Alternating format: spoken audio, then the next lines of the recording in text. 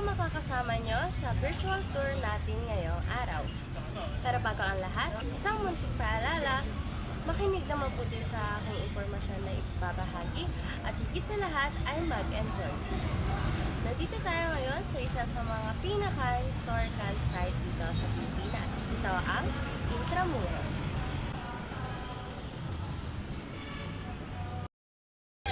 Okay, so bago tayo magala sa mga atraksyon sa loob ng Intramuros, ay syempre alamin muna natin ang istorya sa likod ng matatayog na pader na nakapalibot sa Intramuros.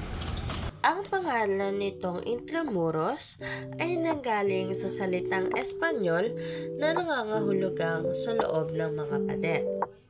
Itinatag ito noong 1571 ni Miguel Lopez de Legazpi sa bokana ng Ilog Pasig bilang sentro ng kapangyarihan noong panahon ng pananakop ng Espanya. Marami na itong pinagdaanan mula sa mga digmaan, pagsalakay ng kalaban at mga pagkawasak nito noong World War II. Pero kahit nawasak ang halos lahat ng istruktura, muling itinatag ang Intramuros pagkatapos ng digmaan. Ngayon, isa na ito sa mga pinakasikat na destinasyon sa Pilipinas dahil sa taglay nitong kagandahan at kasaysayan. Alam niyo ba na ang Intramuros ay may sukat na 59 hektarya at ang mga pader nito ay may lapad na 6 na metro? Grabe, di ba? Sa loob ng matitibay na pader na ito, makikita din natin ang iba't ibang makasaysayang atraksyon. Para sa una nating atraksyon ay ang Baluarte de San Diego.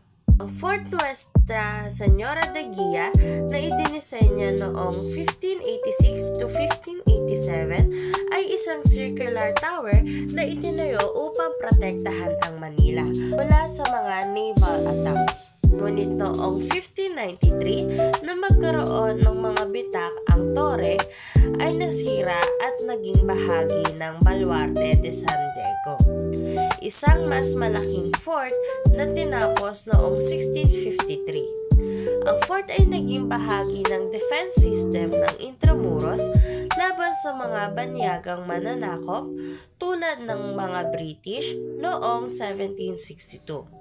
Nang sumunod na lindol noong 1863, nasira ang fort, kaya't inabando na ito. Gayunpaman, kahit na buried pa ito sa panahon ng mga Amerikano, nakaligtas ito sa Battle of Manila noong 1945. Ang mga labi ng fort at ang makulay na kasaysayan nito ay makikita pa rin ngayon. Sa ating pangalawang destinasyon ay Casa Manila Museum. Ang Casa Manila Museum ay isang muling itinatag na bahay ng mga mayayamang Filipino noong panahon ng kolonya. Matatagpuan ito sa Plaza San Luis Complex at ipinapakita ang buhay ng mga ilustrados, ang mga Filipino na may matataas na katayuan sa lipunan noong ika-19 na siglo. Dito makikita ang mga authentic na antique na kasangkapan at mga art pieces na ginagamit noong panahon ng Kastila. May mga kwarto tulad ng isang malaking dining room, mga kwarto sa itaas, kusina at pati na rin ang carriage house na nagpapakita kung paano namumuhay ang mga mayayaman noong panahon ng kolonyalismo. Ang disenyo ng bahay ay isang magandang halimbawa ng paghahalo ng mga impluwensyang Espanyol, Chino at Filipino na makikita sa mga arkitektura at dekorasyon. Tumako naman tayo sa ating pangatlong atraksyon. Sa loob ng Intramuros ay matatagpuan din natin ang dalawa sa mga historical na simbahan dito sa Pilipinas. Una dito ay ang San Agustin Church. Ang San Agustin Church na matatagpuan sa Intramuros, Manila ay ang pinakamatandang stone church sa Pilipinas at natapos noong 1607. Isa itong UNESCO World Heritage Site at bahagi ng Baroque Churches of the Philippines. Ang simbahan ay itinayo ng mga misyonaryong Kastila at may makulay na halo ng European, Baroque architecture at lokal na estilo. Ang loob ng simbahan ay kilala sa mga trompeliol paintings, mga detalyadong ukit sa kahoy at ang kamangha-manghang vaulted ceiling. Sa katabing monasteryo, matatagpuan ang San Agustin Museum na naglalaman ng mga religious artifacts, historical documents at mga likhang sining mula sa panahon ng kolonya. Bagamat tumagal ito sa maraming lindol at digmaan, ang San Agustin Church ay isang simbolo ng lakas at katatagan ng mga Filipino. Pangalawang simbahan na matatagpuan dito sa Intramuros ay ang Manila Cathedral.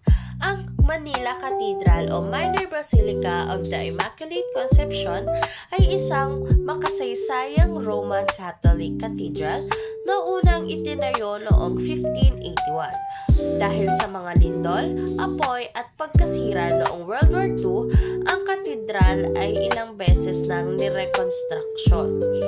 Ang kasalukuyang itsura ng katedral ay natapos noong 1958 at nagpapakita ng Romanesque Revival architecture na may mga bronze doors, mga makukulay na mosaics, at mga intricately designed stained glass windows.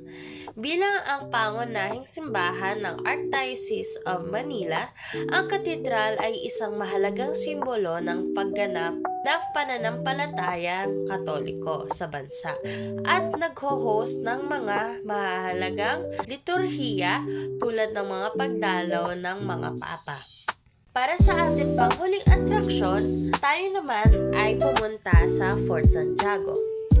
Ang Fort Santiago na matatagpuan din sa Intramuros ay isang makasaysayang kuta na itinayo ni Miguel Lopez de Legazpi noong 1571 bilang proteksyon laban sa mga kalaban. Bukod sa pagiging isang defense fortress, ang fort ay naging tanyag sa kasaysayan ng Pilipinas dahil sa koneksyon nito kay Dr. Jose Rizal, ang pambansang bayani. Dito siya ikinulong bago ang kanyang pagbitay noong 1896. Ngayon, ang Rizal Shrine Museum sa loob ng fort ay nagpapakita ng mga personal na gamit ni Rizal, mga dokumento ng kanyang buhay, at mga pagpapakita ng kanyang mga makabayang gawain. Makikita rin dito ang mga makasaysayang istruktura tulad ng iconic gate na may ukit na larawan ni St. James the Moor Slayer, mga dungeon at isang magandang hardin. Isa itong mahalagang pook na nag-aanyaya sa mga bisita upang maglakbay sa kasaysayan ng Pilipinas. At yan ang ilan sa mga iconic spots dito sa Intramuros. Pero alam nyo ba, napakarami pang ibang atraksyon dito. Kaya kung gusto nyo pang mas lumalim ang inyong kaalaman sa kasaysayan, bisitahin nyo na ito mismo. Ako po si Ate Jam at maraming salamat po sa pagsama sa ating virtual tour. Kita-kits ulit sa susunod. Paalam!